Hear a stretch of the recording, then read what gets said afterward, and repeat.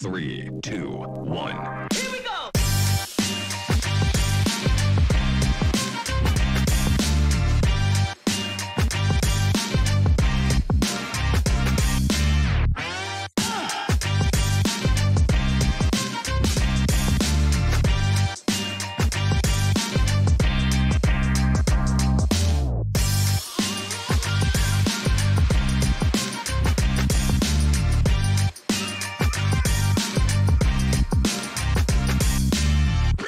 Eh ben encore moi, dis donc, on n'arrête pas. Alors cette fois, je suis rejoint par mes chroniqueurs préférés, tellement préférés, vous avez tous voté en m'appelant, en m'écrivant, en faisant des WhatsApp, il faut qu'ils reviennent au pluriel, donc j'ai réussi à les convaincre. C'était pas facile, il y en a qui se sont fait tirer l'oreille, mais ils sont tous revenus. Donc merci beaucoup, parce qu'en plus on les paye pas hein, quand même, c'est du bénévolat.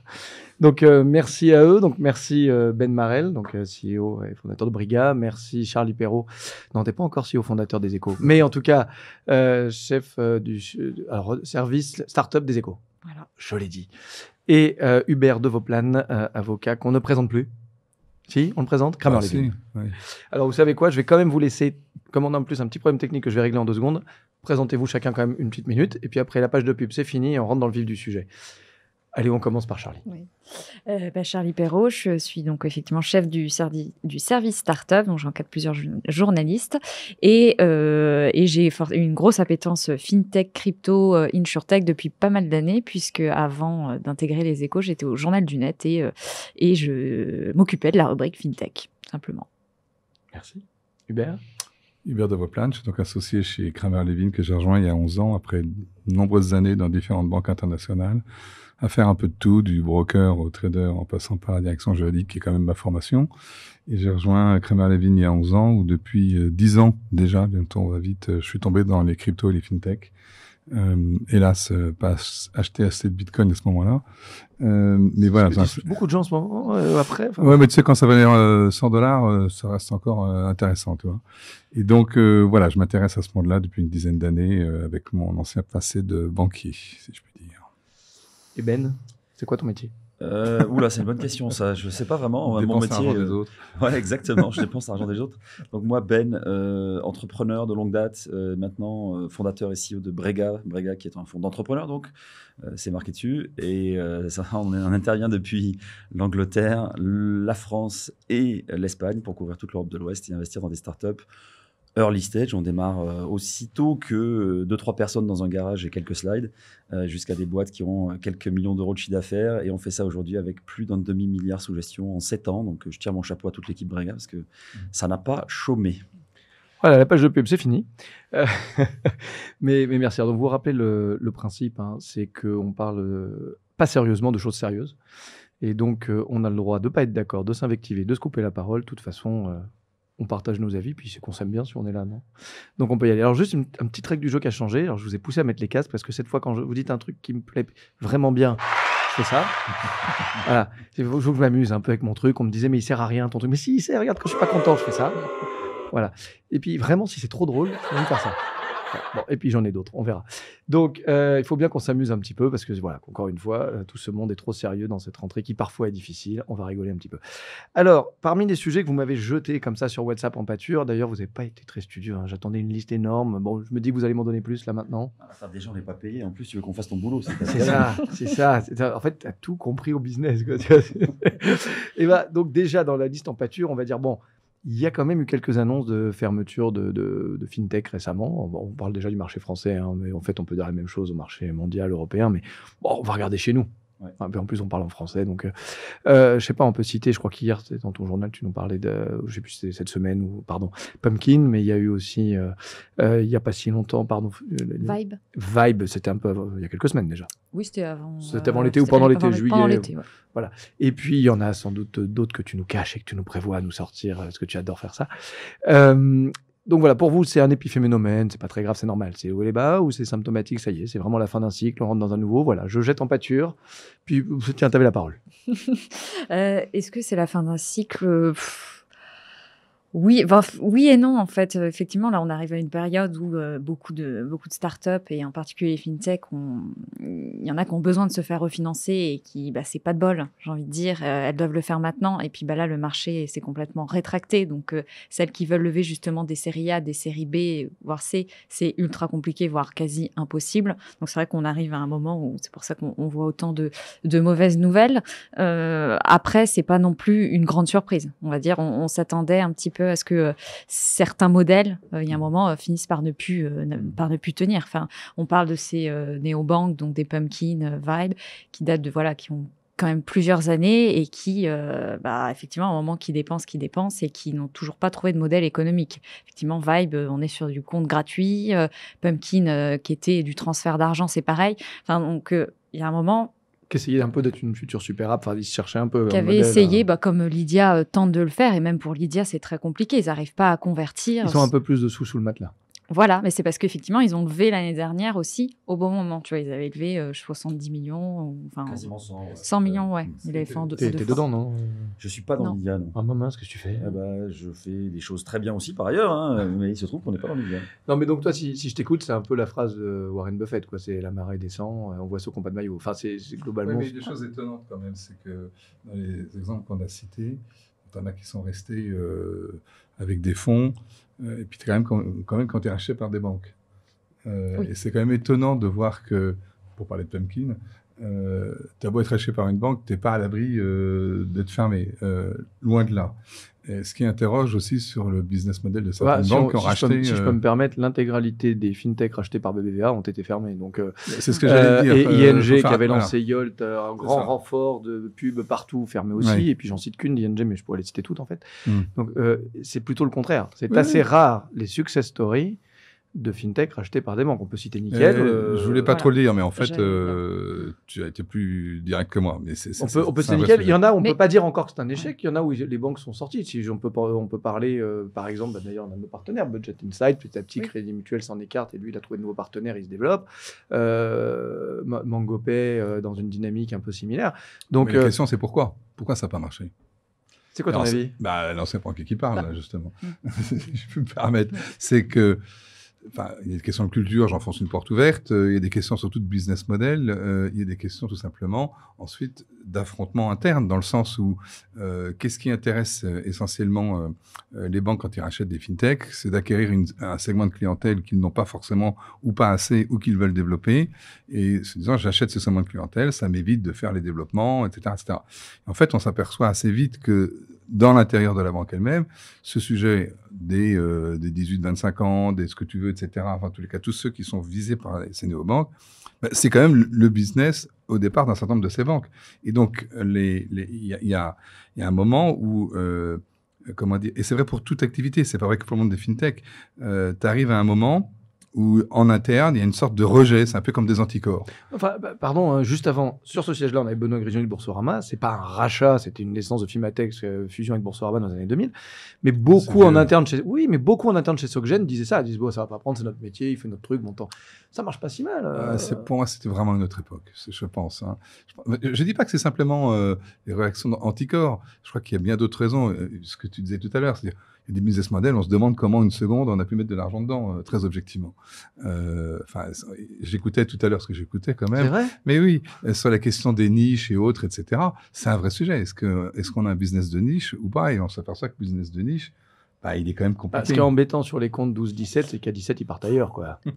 Et puis surtout, ils dépensent pas. Enfin, je veux dire, s'ils dépensent 50 € dans le mois, voilà, donc tu te fais une petite commission en interchange, ça va pas très loin. On n'a pas laissé parler l'investisseur là sur cette question. Alors... l'investisseur, il prend le micro. Je pense qu'il y a plusieurs sujets. Le premier, Charlie a parlé de business model, et c'est vrai que c'est intéressant. Il y a beaucoup de gens qui ont essayé d'appliquer la gratuité de business model de l'Internet, notamment du média, à d'autres métiers. Il y avait un switch assez évident dans les premières vagues Internet sur tout gratuit. parce que le lecteur est le produit et donc c'est la pub qui finance les nouveaux produits. Là, sur la fintech B2C, personne n'a vraiment craqué le sujet. On a tout mis gratuit et puis on s'est dit, on fera de l'argent un jour. Et c'est des boîtes qui n'ont jamais vraiment réussi à passer à l'échelle, qui n'ont pas réussi à générer de l'argent par d'autres produits et elles espèrent un jour peut-être aller vendre des produits lucratifs comme le font les banques, mais c'est long, ça prend du temps. Et c'est sûr que quand tu commences avec des 15-20 ans, avant qu'ils te fassent un emprunt pour une baraque ou pour une bagnole, il faut attendre un très long moment et donc il faut avoir la capacité et les reins suffisamment solides pour tenir ces utilisateurs pendant des années, tout en s'exposant au à un moment je veux changer, et à un moment quand je vais faire mes études, blam, j'ai besoin d'un emprunt, et donc là quand je fais un prêt, on m'explique madame un tel, monsieur un tel, transférez vos flux chez moi, merci, au revoir, et donc les 4 ans que tu as fait avec ton client, tu le perds. Et ça c'est compliqué, c'est pour ça que les banques traditionnelles qui ont l'air très solides, elles peuvent financer à fond perdu. Et toi, tu as investi dans des modèles freemium de fintech? Écoute, j'en ai quasiment pas fait en fait. Donc là-dessus, je suis assez safe.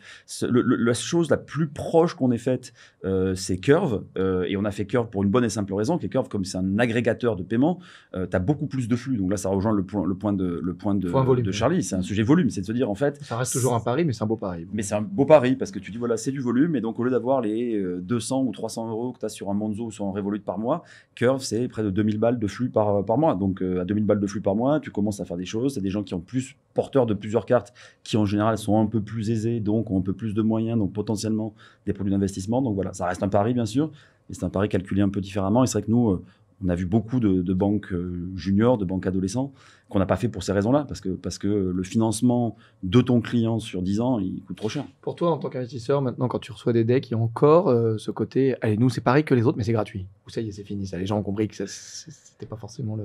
Ouais, dans le B2C, si, c'est encore un peu ça. Ouais, c'est encore la mode. Et c'est vrai que quand tu leur poses la question de, OK, what's next ?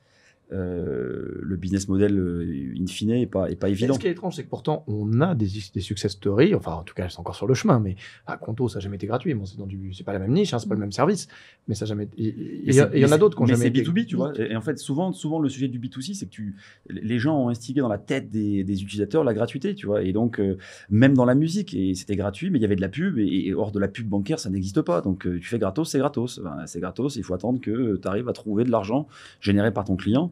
Et ça prend du temps, c'est long, et comme on le disait et on le répète, chez les jeunes, c'est encore plus difficile. C'est encore plus difficile. Alors, ceux qui ont essayé, ils ont essayé de faire ça. Ils ont essayé de pousser des produits, de faire des espèces de mix, marketplace. Oui, il y en a une qui a arrêté récemment dans les jeunes, là, mais tu penses qu'il y a encore une possibilité qu'il y en ait un qui s'en sorte là-dedans, ou de toute façon, c'est...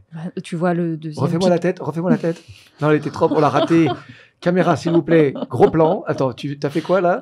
Je sais pas, non, je suis très expressive, donc ça m'étonne pas. Non, il y a aussi PixPay, qui était un peu aussi le challenger, on va dire, de Vibe, qui a été racheté il y a quelques semaines par le concurrent anglais, donc GoHenry. Et ce qui forcément s'est pas trop dit, c'est qu'ils n'ont pas réussi à lever, ou en tout cas, ils n'ont pas levé dans les conditions qu'ils voulaient. Donc, ça veut dire un petit peu aujourd'hui ce que ça veut dire. Et il y a aussi, après, il reste Card encore, qui, bon... c'est toujours le problème, c'est qu'on ne sait jamais trop, on n'a pas les metrics, donc on ne sait pas si c'est des business qui marchent très bien. Mais... Il y a beaucoup de rachats en ce moment, de petits justement, etc. Pour toi, l'explication principale, enfin pour vous, c'est justement parce que, allez, on va pas laisser mourir un camarade, et puis même s'il ne va pas prendre sa techno, j'ai à peine la mienne. C'est plutôt ça, c'est le marché qui se sauve un peu lui-même, ou il y avait des vraies opportunités de synergie là Voilà, dans le cas de GoHenry, c'est une vraie opportunité de synergie géographique. Hein. Les mecs, ils sont en Angleterre, ils n'ont pas de reach en Europe, ils se disent, dans leur stratégie, visiblement, la France, c'est un pays important.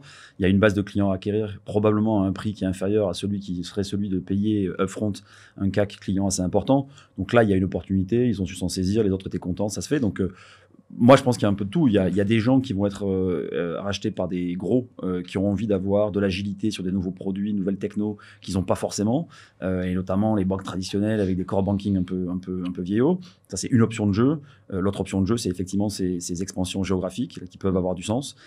Tu parlais des différentes verticales de clients aussi, tu vois, en te disant, moi, j'ai raté un peu une génération, ou je suis en risque de rater une génération.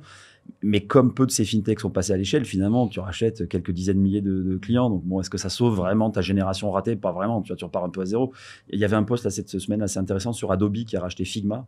Ça, c'est un peu ça. C'est un peu l'extrême inverse, là. Enfin, oui et non. C'est que là, on a une douche froide là, jusqu'à présent. Là, c'est une douche chaude. Ah, c'est une douche très chaude. Mais parce que Figma est passé à l'échelle. Figma a réussi à devenir l'outil de référence des designers de la tranche 18 à 30 ans. Ce qu'Adobe a raté parce que Flash, parce que vieillot, parce que computer, parce que pas mobile, enfin plein de choses qui font que pour eux, ça avait un intérêt de se dire non, je mets un chèque sur la table pour acheter le leader mondial de le design de 18 à 30 ans. Et ça, j'ai raté cette génération. Et alors, dans le monde des VC, c'est quoi ce soir-là? Vous avez pris le champagne, non? Enfin, parce que ça redonne un petit coup de fouet ou... Non, mais ça veut dire que tu vois, les gens qui bossent bien et qui font des belles choses, qui sont transformatives de leur industrie, il y a de l'espoir. Donc voilà, on travaille pour ça. Après, c'est pareil, c'est aux États-Unis, tu as beaucoup d'opérations comme ça, mais en France, je me dis à quand on va avoir des grands groupes qui vont faire ça, qui vont se faire ce pari-là. J'ai pas l'impression. Je me dis s'ils le font pas là dans les mois à venir, je vois pas quand ils vont le faire du coup. Bah ouais, mais après tu vois, on revient sur. On n'a pas d'équivalent de. Exactement, la justification. Non, mais là, je te parle dans la fintech, tu vois. Du rachat. Bah, des banques qui ont racheté des fintechs, il y en a eu.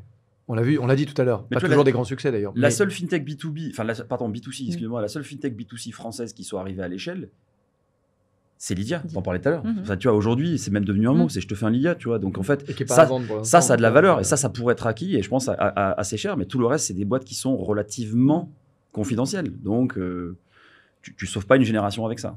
Voilà, difficilement. En l'occurrence, Figma, c'était plus dans le monde professionnel, mais ça, on n'a pas de façon d'équivalent dans cette taille-là d'Adobe. Donc, bon.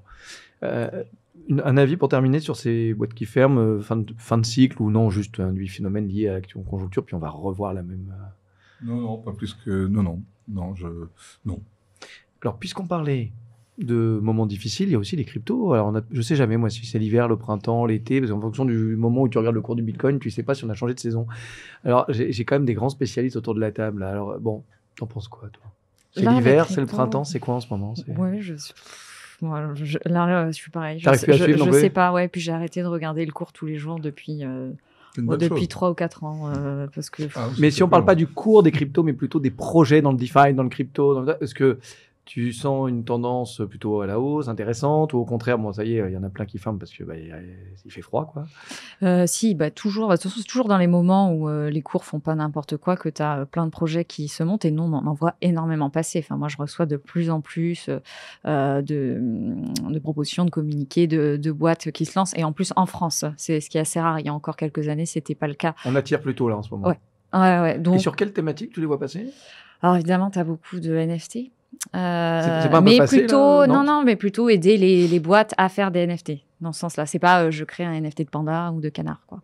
Je vais aider quelqu'un à créer le canard. Voilà, c'est ça. Donc ça, vendeur de pellets de pioche, c'est sympa.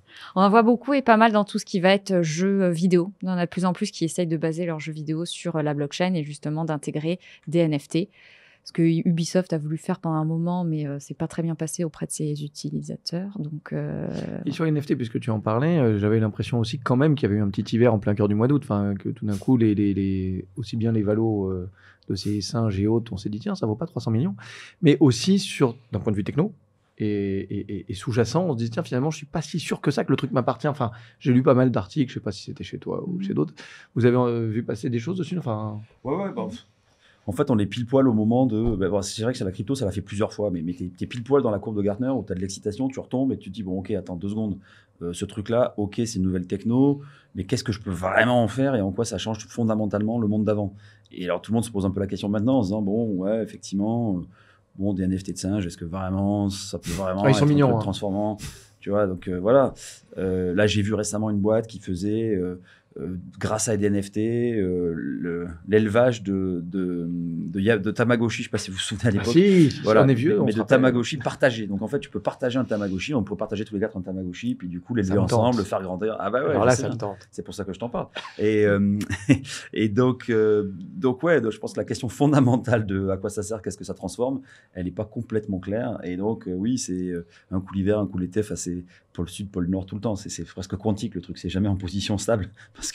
Parce que ouais, il y a beaucoup d'excitation et personne vraiment a réussi à craquer le truc au-delà de la sphère spéculativo investissement. Mais est-ce qu'il n'y a pas eu parce que moi, quand on m'a, comme tout le monde, comme vous, voilà, j'essaie de lancer sur le truc. Alors il y a un an, quand ça commençait à être le buzz, on a invité ici des gens qui ont écrit des bouquins dessus. J'ai essayé de comprendre.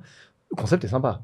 Oui. Mais est-ce qu'il n'y a pas eu une fausse promesse? Puisqu'en fait, dans le concept, il y a le côté, il y a une propriété, transfert de loyalties, on peut suivre le truc. Et puis dans la réalité, il y a 8000 plateformes. Donc en fait, personne ne sait vraiment Ça dépend sur quelle plateforme tu es. Sinon, tu es propriétaire de rien. Tu es propriétaire d'un truc dans une plateforme là, mais pas là. Donc, enfin, Ouais, il n'y a pas eu un misfit en fait. Il y a un misfit à plusieurs étages. Il y a celui-là, il y a le misfit de l'écologie aussi, parce que tu vois, on est dans un monde où au contraire, on essaie d'économiser le maximum de ressources. Et pour la peine, les premières blockchains ont été construites sur des bases de proof of work. Et le proof of work, ça consomme énormément d'énergie. Ça évolue. Ça évolue. Ethereum, ils viennent de basculer, mais c'est très tard, tu vois. Donc là aussi, tu te dis, est-ce qu'on va tout construire? Est-ce qu'on va construire des nouvelles architectures sur un truc qui pollue encore plus que le coup d'avant? C'est pas du tout dans l'air du temps. Donc il y a beaucoup de transformations fondamentales à réaliser sur la technologie avant qu'elle soit adaptée au contexte dans lequel elle peut évoluer aujourd'hui. Je parle au smart contract aussi, pareil. Puis on a parlé beaucoup de choses, mais un smart contract, proof of work, ça coûte de l'argent, ça pollue. Bon, tout le monde remet ça en question. Donc, il faut laisser passer un peu le long hiver, même si de temps en temps, comme toujours en hiver, il y a un petit rayon de soleil, donc tu as l'impression que c'est reparti. Mais là, on est en plein milieu de l'hiver, il faut laisser reposer un peu le souffle. L'avis de l'avocat spécialisé sur justement NFT, le buzz et en même temps les trucs sympas que tu peux voir derrière, parce que je sais que tu regardes beaucoup de projets aussi. La technologie ne fait pas en soi un business. C'est un peu, je pense, une des difficultés, beaucoup de projets qu'on voit dans le monde de la blockchain, c'est qu'on pense qu'en mettant le mot et une technologie, il y a un besoin. Il ne faut pas oublier qu'à l'origine, et donc toujours aujourd'hui, la blockchain, c'est d'abord, à défaut d'être une monnaie au sens légal du mot, c'est quand même un vecteur d'échange, comme disent les économistes. Donc ça sert d'abord à payer et à échanger. Et c'est là où la véritable évolution, voire révolution pour le coup, c'est-à-dire la possibilité, alors après on rentre dans des considérations un peu philosophiques sur les libertariens ou autres, etc., mais les changements véritables, ils sont assez macro et pas micro. Ce que je veux dire par là, c'est que des micro-projets sur tel NFT ou tel machin, c'est un phénomène de mode, c'est la courbe de hype ou autre. Bon, voilà, où est-ce qu'on en est? Il y aura bon, c'est pas le sujet. Le vrai sujet, il est beaucoup plus en quoi cette technologie va-t-elle pouvoir améliorer l'efficience de certains acteurs déjà existants, notamment dans le monde financier et bancaire. Et là, la manière dont les banques traditionnelles voient cette technologie, c'est que c'est effectivement une technologie qui va permettre d'économiser des ETP, très clairement. Donc, ils raisonnent plutôt comme ça. Et par derrière aussi, c'est l'autre aspect. Mais en quoi cette technologie va-t-elle permettre d'avoir un mode de financement de l'économie différent? Et ici, c'est surtout, moi, ce qui me frappe, c'est mon passé, encore une fois, mais on est ce qu'on est, c'est que c'est le monde traditionnel des marchés financiers. Banquier un jour, banquier toujours, non? Ouais, c'est ça, ça forme bien en tous les cas. Et c'est vraiment ce monde-là qui est potentiellement le plus disrupté, parce que c'est là où tu as le plus de possibilités d'avoir des nouveaux acteurs qui vont à la place des anciens. Moi, je garde toujours en mémoire un graphique de la Banque Centrale Européenne, c'est quand même pas des... Comment dire Des clones. Voilà, merci. Avec plaisir. Voilà. Il y a 2016, c'est quand même vieux dans le monde de la blockchain. Tu avais 3 graphiques. Tu en avais un qui montrait le mode de fonctionnement des marchés financiers aujourd'hui, et puis qui montrait le mode de fonctionnement des marchés financiers demain, et après-demain. Et après-demain, c'était qu'est-ce qu'on peut faire avec une technologie de DLT. Donc aujourd'hui, tu avais des intermédiaires partout. Demain, tu n'avais plus personne. Tu avais directement bien sûr, c'est du peer-to-peer. Hein. Et ça, ce qui est intéressant, c'est que dès 2016, des gens aussi sérieux que la Banque Centrale Européenne ont compris que ça allait disrupter fondamentalement des pans entiers de la finance traditionnelle. Et donc, derrière les questions de singes, NFT ou autres, j'allais dire, ça, c'est du bruit, dans le sens où... C'est juste le dessus de l'iceberg. Oui. Les vrais sujets sont en dessous, ils prennent du temps. Ils prennent du temps parce qu'on parle de la monnaie, parce qu'on parle... Enfin là, tu viens de me parler de la Banque Centrale Européenne, on ne parle plus de FinTech, en fait. Non. Parce que donc on change de micro. Non, voilà. pas du tout. Ma question, c'est plutôt pour dire, c'est des super technos, mais peut-être il faut des très gros acteurs pour en tirer. Enfin, j'ai l'impression que c'est ce que tu dis, c'est que les très gros acteurs dans l'industrie peuvent peut-être en faire quelque chose. Oui. Et ça prend du temps et beaucoup d'argent. Enfin, oui. C'est pas ça, les fintech là-dedans, elles vont apporter, comment dire, peut-être comme tu disais tout à l'heure, la possibilité de créer son NFT plus facilement, moins cher, j'en sais rien. Elles vont apporter des briques. Oui, des petites briques. Parce qu'on n'a pas fini de faire toutes les infrastructures aussi, Oui. tu vois, toutes les couches protocolaires qui vont ensuite permettre de faire des applications. Il y a ça aussi. Mais ça, c'est logique aussi. L'investisseur le sait bien. C'est-à-dire, est-ce que j'investis dans les applications ou dans l'infrastructure? Enfin, c'est un sujet classique. C'est quoi ta réponse, toi? Ça dépend des sujets. Voilà. Ça dépend. Il est bon en réponse, il est bon. C'est mon job. C'est un métier. Mais non, mais ouais, tout à fait.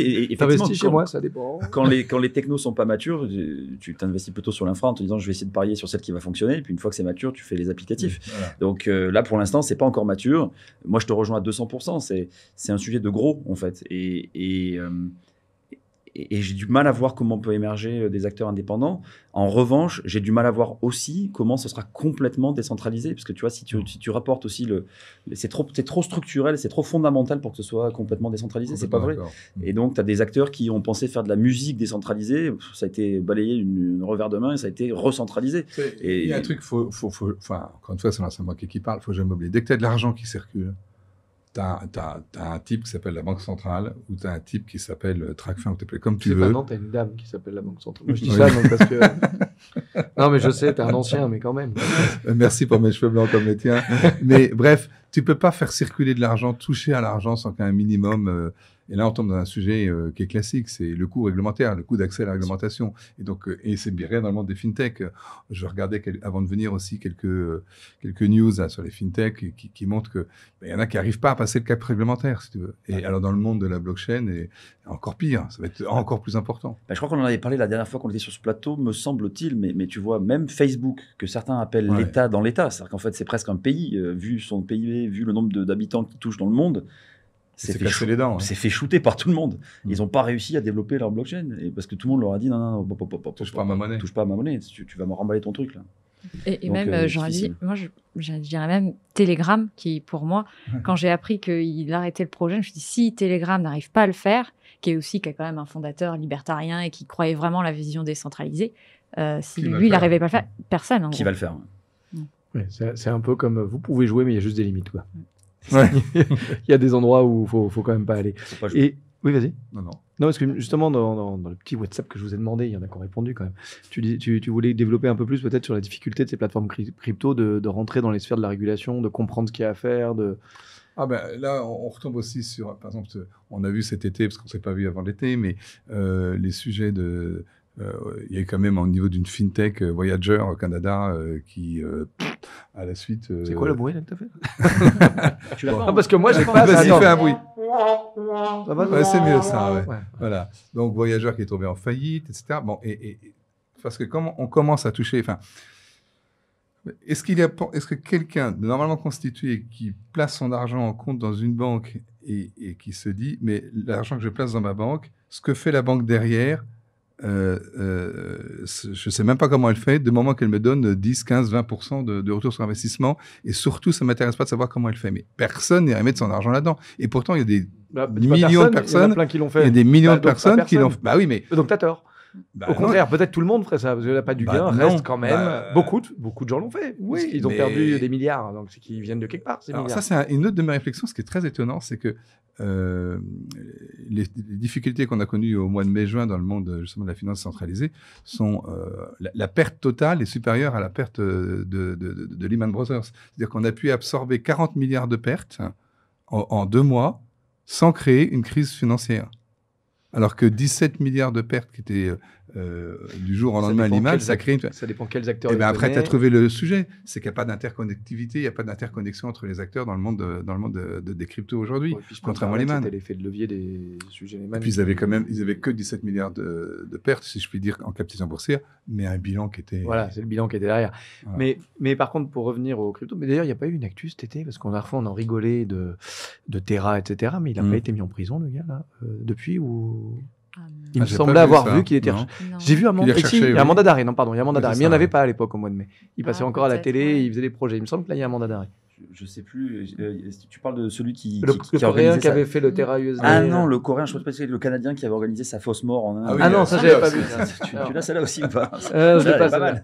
Non, je l'ai pas celle-là. J'ai raté la news. Allez voir le reportage sur une plateforme américaine rouge. Comme ça, je fais pas de pub. Avec un N. Avec un N et avec un X. Et donc, le reportage est incroyable. Donc le mec a organisé sa mort, sa fausse mort, bien sûr. Donc il a pris l'argent, il s'est barré et il a dit qu'il était mort en Inde. Bon, finalement, les escroqueries, il y en a partout. Mais alors, ceci dit, quand même, dans le bon côté, parce que là, on voit exprès, c'est normal, on rigole. Quand même, dans le bon côté des choses, moi, j'ai un peu l'impression, tu disais tout à l'heure, qu'il y a pas mal de projets qui se montent en France, que le régulateur français a travaillé pour comprendre les choses bien, parce que là, forcément, on rigole, on caricature, mais il y a quand même des choses bien qu'on fait avec ces nouvelles technologies, et qu'on a un régulateur qui est quand même promeut plutôt pas mal. J'ai l'impression qu'avant, à l'étranger, on me dit, oh là là, la France là-dedans, et là, Bon, évidemment, on parle tous de Binance parce que voilà, ça fait le buzz, puis ils ont de l'argent. Mais il y en a plein en dessous. Tu confirmes, non? Oui. C'est assez marrant parce que quand tu vas dans les événements, effectivement, tu vois tous les gros projets qu'on a tous en tête, enfin, peut-être un peu moins aussi, tous les gros protocoles ou dans la DeFi, la finance décentralisée, il y a toujours un Français, en fait. C'est hyper intéressant et je trouve que pour une fois, faut quand même le souligner. Après, peut-être que tu pourrais me répondre, d'ailleurs, parce que je me posais la question hier avec quelqu'un sur, en plus, l'AMF, effectivement, qui est très pro, qui avait recruté des gens très compétents sur ces sujets. Voilà, ils sont tous partis et là il y a un changement. Le MF est plus pro, non, c'est pas sympa. Non, je dis ils sont partis et là Robert Ophel, donc le président, parti aussi. Donc je me demande, est-ce qu'il va, il se dit que ils vont peut-être resserrer un peu la vis, qu'ils vont peut-être faire le ménage. Donc je sais pas si voilà. T'as entendu des choses pareilles. C'est un très bon point, c'est-à-dire que du président qui est parti, le directeur juridique est parti, son adjoint est parti, les équipes qui s'occupaient d'Epsan, ils sont tous partis sauf un. Ils sont partis où? Chez les acteurs d'ailleurs. Hein, beaucoup chez les acteurs, j'ai vu. Alors, l'AMF aime bien d'ailleurs en général. Elle dit toujours, moi je forme les gens, et puis après ils vont prêcher la bonne parole chez entre guillemets les administrés. Donc c'est plutôt une bonne chose. Non, mais il y a un sujet. Tu dis qu'il y a un risque peut-être de resserrement. Oui, ça dépendra beaucoup du président. C'est ce qui... Donc ils en cherchent un d'ailleurs. Je suis un peu occupé. Non, et toi, tu fais quelque chose? Non, je sais pas, parce que je suis pas sûr dans le profil. Non. Je manque de compétences. Tu sais, moi, je sais m'amuser. Voilà. Non, mais donc il y a quand même, toujours pour rester sérieux, il y a quand même des vrais projets intéressants qui maintenant viennent en France, alors qu'avant ils fuyaient notre régulateur en disant oh là là, c'est trop compliqué. Mais il y en a quand même. Oui, il y en a qui font l'effort en tout cas de monter leur boîte en France et d'y rester. Bon, il y en a quand même qui sont tentés parce que toujours les mêmes problèmes d'ouverture de comptes bancaires, etc. Ouais, mais c'est pas mieux ailleurs, objectivement. Ouais. Moi, j'ai vu même, on s'est occupé d'une levée de fonds là, récemment, dans le monde de la crypto, etc. France, il dit non, pas la France, on va en Suisse. Et puis il est en Suisse, il n'a pas pu ouvrir son compte. D'accord. Il est revenu en France, où il a ouvert son compte. Et on a aussi de plus en plus, après, voilà, tu as l'effet un peu, ce qu'on appelle mafia, c'est-à-dire que les premiers entrepreneurs qui étaient dans des grosses boîtes un peu connues. Crypto, ça y est, on a fait le cliché. Quoi. Non, mais voilà, des gens qui devaient être chez Ledger, je sais pas, hop, et ben après, ils vont recréer en fait d'autres boîtes. Donc, c'est vrai que ça te fait un petit cercle vertueux. Et en plus, tu as de plus en plus d'argent qui vient avant. Franchement, et tu pourras le dire, Ben, il y a 4-5 ans, tu ne serais pas dit, je vais investir dans des projets. Tu vois, moi, je partage une expérience personnelle, mais quand j'ai créé le Paris FinTech Forum et je venais en France, je me disais, ça va pas bien. Non. Je veux bien venir pour boire un coup chez toi au Paris FinTech, mais j'ai quand même pas créé ma boîte là. Maintenant, il y en a plein qui nous appellent en disant, tu peux nous mettre en contact, on a envie de la créer là. On a regardé un peu ailleurs. Alors, le Brexit nous aide beaucoup, c'est sûr. Hein. Maintenant, c'est plus une option. Mais même par rapport aux autres, ils disent, c'est pas mal. Entre les Allemands qui ont fait un peu n'importe quoi avec Wirecard ou d'autres pays. Alors, bien sûr, il y a toujours de la concurrence. Hein, on n'est pas tout seul. Mais, non, mais c'est sûr on est plutôt. Il y a du progrès quand même. On a un écosystème qui, sur le papier, fonctionne bien pour ça. Parce qu'on a aujourd'hui un régulateur, jusqu'à présent en tout cas, qui était plutôt intelligent dans son traitement du sujet. Et puis, c'est un sujet, tant qu'on est un peu dans la phase de définition des infrastructures, qui est un sujet très mathématique, et on est très bon là-dedans, parce que par tête d'habitant, on a le plus haut taux de médailles Fields. Donc, en fait, ça va très bien. Tu vois, d'ailleurs, étonnamment, on n'a pas très bien marché en cybersécurité, alors qu'on doit être très bon aussi, c'est des EMAT, pareil. Il se trouve juste que on n'a pas fait la guerre depuis 70 ans, donc les Israéliens sont meilleurs que nous. Mais tu vois, si on avait eu, non pas des velléités de faire la paix en Europe, mais la guerre, les Français seraient très bons en cybersécurité. En 2 minutes, il va nous dire rien de tel qu'une bonne guerre. Non, c'est pas ce que je dis, c'est pas ce que je dis, au contraire, mais je dis juste que ce sujet-là, c'est un sujet fondamental et qu'il faut pas oublier. Et donc oui, là, la crypto, les infras, c'est des maths, et là-dessus, on est très fort. C'est des maths, c'est des marchés, c'est de la finance. On a toujours eu énormément de Français dans toutes les banques du monde. D'ailleurs, dans les subprimes, je me rappelle qu'il y avait des Français derrière dans les. Parce que c'est des maths. Parce que c'est des maths. Tous les quants, ils viennent de là. Donc en fait, oui, on forme des très bons mathématiciens qui vont se disperser dans le monde de la finance et donc dans la blockchain où tu associes crypto. Dommage, j'ai pas la ref, mais je crois avoir lu cet été dans ton grand journal. Justement, on avait baissé dans les classements en maths si on regarde des gamins, pas à nos âges, mais le classement moyen. Mais ça, il paraît que le classement est devenu tout en bas. Il paraît qu'on est passé tout en bas et que mon gamin qui a du mal à faire une multiplication n'est en fait pas seul. Ah non, mais c'est une catastrophe. Ah non, mais oui, ça c'est un autre débat. Mais je vous invite à regarder les classements de PISA. Ça fait 30 ans qu'on est en chute. Je cherchais. Il paraît qu'on est avant-dernier en Europe. Enfin, un truc. C'est une catastrophe. Donc on sera bientôt plus tout en haut de. Mais on va avoir, comme ça se passe souvent, on va avoir un énorme divide entre les très très bons qui vont être excellents et puis la population moyenne qui sera pas très bonne en maths et pas très bonne en français, pas très bonne en anglais. Enfin, c'est une catastrophe.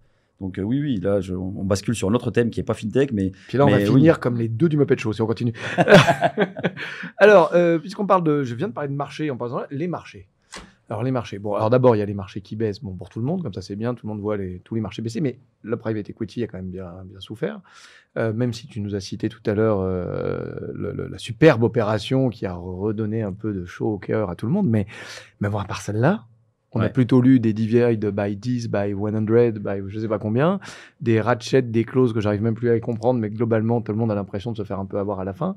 Et puis des gens qui galèrent, quoi, qui te disent, je sais pas comment je vais faire ma levée, là. Ou alors qui acceptent des trucs qui un an avant te disaient, jamais j'accepterais ça. Enfin, on en est où? C'est toujours le cœur du problème ou on est qu'au début? Toi, par exemple, tu penses qu'on est arrivé à la fin des 3-6 mois comme ça ou non, c'est que le début de l'hiver? Moi, je pense que en fait, c'est. Alors déjà, regardons un peu la racine du problème. En fait, la racine du problème, c'est que on a eu durant le Covid encore plus de liquidités qu'avant. Enfin, déjà, avant, c'était la fête. Déjà, c'était la planche à billets. Bon, on en a remis en veux-tu, en voilà. Et les gens se sont dit, bon, il faut que j'investisse. Et comme le Covid a plutôt favorisé les valeurs tech, parce qu'en fait, on s'est rendu compte que même quand les pays étaient fermés, les gens faisaient du Netflix et bouffaient du Deliveroo. Les gens se sont dit, pourquoi pas continuer à investir dans la tech. Bon, why not? On est arrivé à des taux de yield free cash flow sur le Nasdaq, donc grosso modo, combien rapporte une boîte par rapport à sa valorisation, qui sont descendus à des taux proches de 0%. C'est-à-dire qu'en fait, ça ne voulait plus rien dire. Les valeurs étaient tellement... divisé par l'infini, quoi. Mais c'était tellement surgonflé que... Oui, mais tu as participé au jeu, non? Alors attends, je finis, laisse-moi finir. Moi, j'investis beaucoup plus tôt, donc pas du tout mon capitaine. Donc là, on a des valeurs qui sont des valeurs qui étaient complètement délirantes. Et donc, il y a eu un moment, un wake-up call en disant non, en fait, non, payer ces prix-là pour ces rentabilités-là, ça n'a pas de sens. Et donc, quand tu réajustes ça d'un coup d'un seul, tu as un effet d'accordéon sur toute la chaîne où, en fait, les gens qui font de la série F et donc qui investissent 12 mois avant IPO se disent merde, si je dois sortir dans 12 mois, si maintenant les prix sont divisés par 2 ou par 3, je ne vais pas payer les mêmes prix. Bon, s'ils ne paient pas les mêmes prix divisés par 3, le coup d'avant, hop, et puis tu attends, et ça remonte, et ça remonte, et ça remonte. Et tout doucement, on est redescendu en se disant, bon, quel est le vrai prix des choses? Et donc, c'est vrai que jusqu'à la série B, maintenant, c'est difficile. Et les startups qui sortent maintenant, tout le monde se dit... Mais toi, tu investis en seed et en A. Moi, je fais seed et A. Donc, c'est le démarrage. Donc, non, mais super, mais sauf que comme tu as investi avant, dans les années qui étaient belles, avec des fois, on a vu pendant un an ou deux des valos de pré-seed ou de seed, des trucs qu'avant, c'était des A ou des B en France, tu vois. Bon, tu investis là, puis tout d'un coup, c'est un peu l'hiver, là. Donc, le mec, il doit faire une B. Puis, des nouveaux investisseurs qui arrivent derrière toi, ils disent non, alors je te fous des clauses pour pas. Tu te fais avoir. Bien sûr. Donc, c'est pour ça que nous, on a toujours été très vigilants avec nos entrepreneurs, l'étant nous-mêmes, en disant attendez, les gars, l'equity story, c'est quelque chose d'ultra important. Donc, l'equity story, ça veut dire quoi? Ça veut dire que faire une levée de fonds de 10 millions pré-seed à 50 millions post-monnaie alors que tu as zéro. Tu racontes quoi dans 2 ans? Tu peux, mais il faut être très bien accroché à ta selle. Parce que dans un an et demi ou deux, il va falloir délivrer des trucs. Et ça, c'est pas toujours évident. Donc, c'est un petit rappel au bon sens. Par contre, tu n'as pas répondu à ma question initiale. Pour toi, ça fait 6 mois que ça dure. On en parlait déjà à ce micro en mai. On a vu le gros ou non? C'est encore l'hiver n'est pas encore là, quoi. C'est dur à dire parce qu'en fait, c'est tellement impacté par le monde qui nous entoure. Et quand tu vois les annonces de Poutine là, en début de semaine, je sais, c'est très difficile à dire. Ce qui est sûr, c'est que là, on part pour plomber l'ambiance. Je te parle de marché, tu me parles de nucléaire.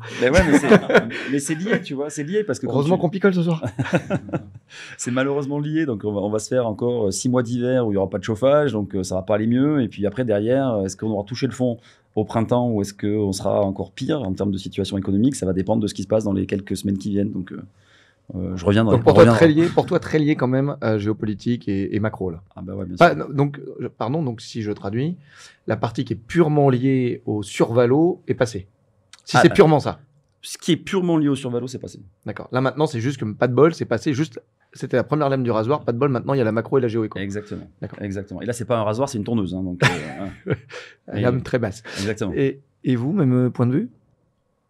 Oui, moi, c'est ce qu'on me dit exactement. Enfin, depuis quelques semaines aussi, c'est exactement ce qu'on me dit. Après, je suis pas sûre, moi, qu'on soit encore arrivé effectivement au bout du bout et qu'on va voir les vraies conséquences de l'assèchement, en tout cas des financements, plutôt début d'année, puisqu'il faut aussi se rappeler qu'ils vont devoir tous aussi rembourser leur PGE. Donc là, ils vont se retrouver sans cash d'ici, je pense, 6 mois pour beaucoup. C'est pas parce que j'ai l'impression, je lis qu'il y a une course à la communication sur les boîtes rentables. Même, je lisais un rapport de France. C'est chez toi, là, tu as sorti un truc avec des graphiques. On a l'impression que toutes les startups sont rentables maintenant. Non, ils font de la croissance rentable. C'est pas pareil. Alors vas-y, explique-moi la différence. Voilà. Je ne sais pas.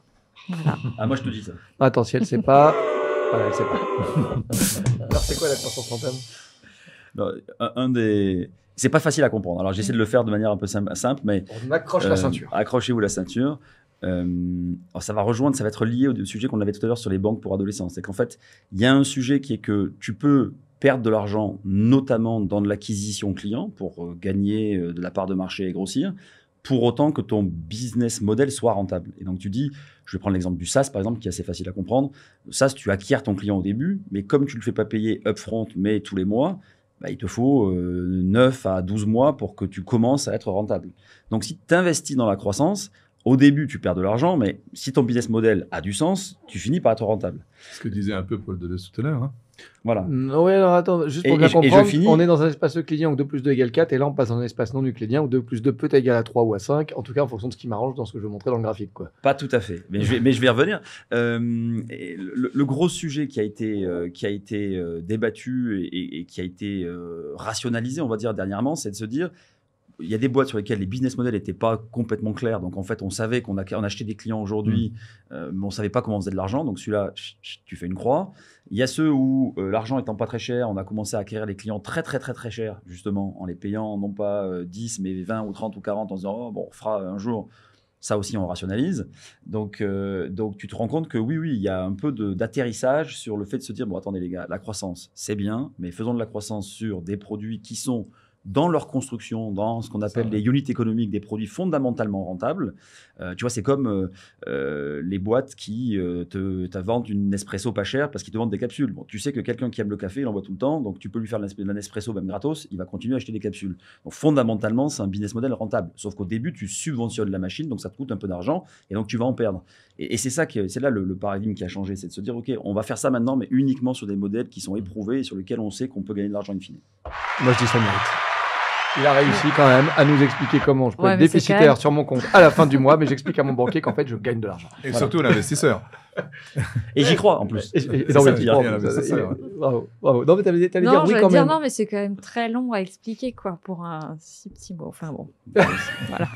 N'empêche, t'as fait des articles dans les Échos, on avait l'impression que c'est vrai qu'ils gagnaient de l'argent. Moi, je dis Non, ça. je sais pas si c'est toi, mais j'ai vu des graphiques, on a Non. l'impression que les boîtes sont comme ça. Non. Si, en fait, il y a eu un baromètre France Voilà. Digital, mais qui prend une photo très, très globale. Donc, oui, effectivement. Mais c'est pas représentatif. Hein. De toute façon, je le mets à chaque fois bien la méthodologie pour pas, évidemment, que les gens, après, s'excitent ou pas. Alors, on va dire que ça y est, on va arrêter de parler de cet hiver difficile qui n'est pas fini. On a dit que Poutine c'était hors sujet.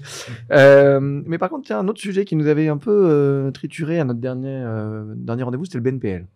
Alors, entre-temps, moi, cet été, pendant que je foutais rien, je disais de temps en temps, comme tout le monde, sur le téléphone, des news inutiles.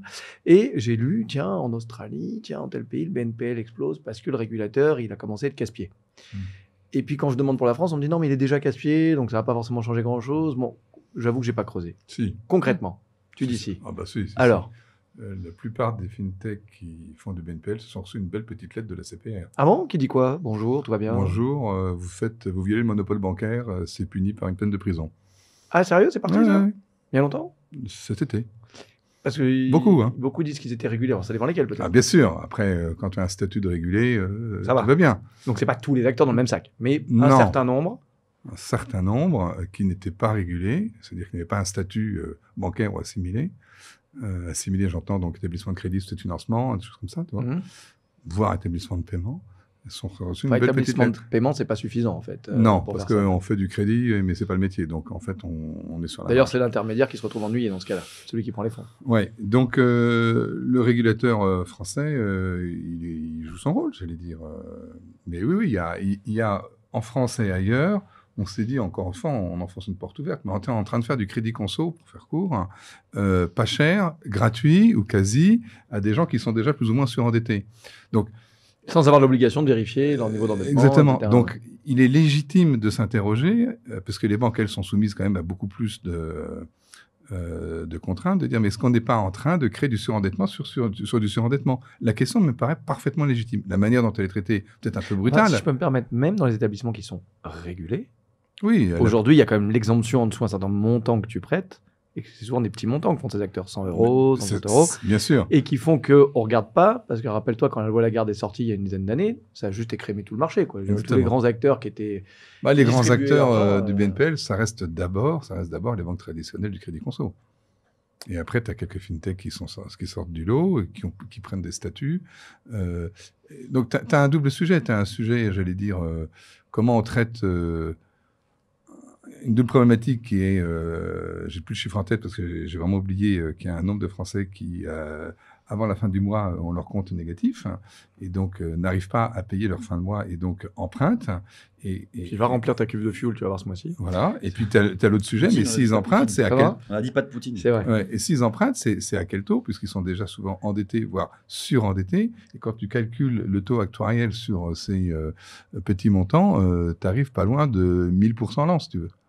Ouais. 1000% Ce l'an. qui est interdit par le taux de l'usure, me semble-t-il. Oui, mais c'est là où à la française, on a géré ça à la française. C'est-à-dire qu'en fait, effectivement, on s'est mis en dessous du tout de l'usure. Ça, on est. Bah, Pas avec 1000, facial, non, pas la facial, Et facial. je finis. En revanche, on facture des agios. Voilà, des frais. Des frais. Donc en fait, avec les Oui, frais. mais justement, ils bizarrement, demandent maintenant de rentrer les frais dedans. Exactement. avec les Il y frais, a bizarrement. des mais acteurs leur que nous raison, nommerons pas, exactement. qui commencent par B, finissent par G, on leur a dit, mais en fait, ça rentre dans le calcul, en fait. C'est ça. Donc, Et donc, c'est le business model là, qui est attaqué. Exactement. et donc, c'est quoi la solution? Parce que vous y croyez au revirement de business model du BG, là? Bah non, mais c'est bien ce qui fait que Klarna est une des sociétés qui a perdu le plus sur sa valorisation, parce qu'eux, ils ont le double rasoir. Toujours à 6 milliards, quoi. Oui, d'accord, mais eux, c'est double lame de rasoir. C'est qu'il y a eu l'ajustement des valeurs tech, et après, il y a eu la frayeur du régulateur où on s'est dit, ah oui, ça y est, enfin, ils vont devoir faire des choses correctement pour un mec qui fait. Moi, je veux bien que tu me files un rasoir qui me valorise 6 milliards. Mais Oh, mais à 86, ça fait quand même un c'est sacré vrai, coup de rasoir. c'est vrai. S'il avait cru au 80, il emmerdait. Ah Mais... bah, les mecs qui sont rentrés à 80, je peux te dire qu'ils nous sont bien. Ah oui. T'avais Et- pas bouffé avec eux récemment, c'est vrai. J'en Sinon, ai vu- J'en avais vu un, il était pas très bien. C'est toi qui as dû payer la Il division. était la vert. sortie, là. Ah ouais, voilà, j'ai régalé. Ouais. Tu voulais dire? Non, et t'as juste, on parle tout le temps souvent du BNPL, effectivement, mais t'as tous les acteurs aussi du microcrédit, etc. Et il y a aussi, moi, je me pose la question depuis pas longtemps, est-ce qu'on va avoir la même chose, et je me tourne vers toi, sur, c'est encore petit, mais sur tous les acteurs aussi qui font de l'avance sur salaire. Ah, c'est encore petit, effectivement. Ouais, mais est-ce qu'on va être dans les mêmes problématiques ou pas, tu vois? Alors, C'est légal, oui et l'avance non. sur salaire. Oui, c'est même prévu par le code De de l'acompte sur c'est même salaire, prévu- même. Oui, non, l'acompte. mais la compte sur salaire, c'est non seulement Mm. légal, mais L'acompte c'est les est- boîtes non, qui non. sont pas Oui. légales parce qu'elles le faisaient pas.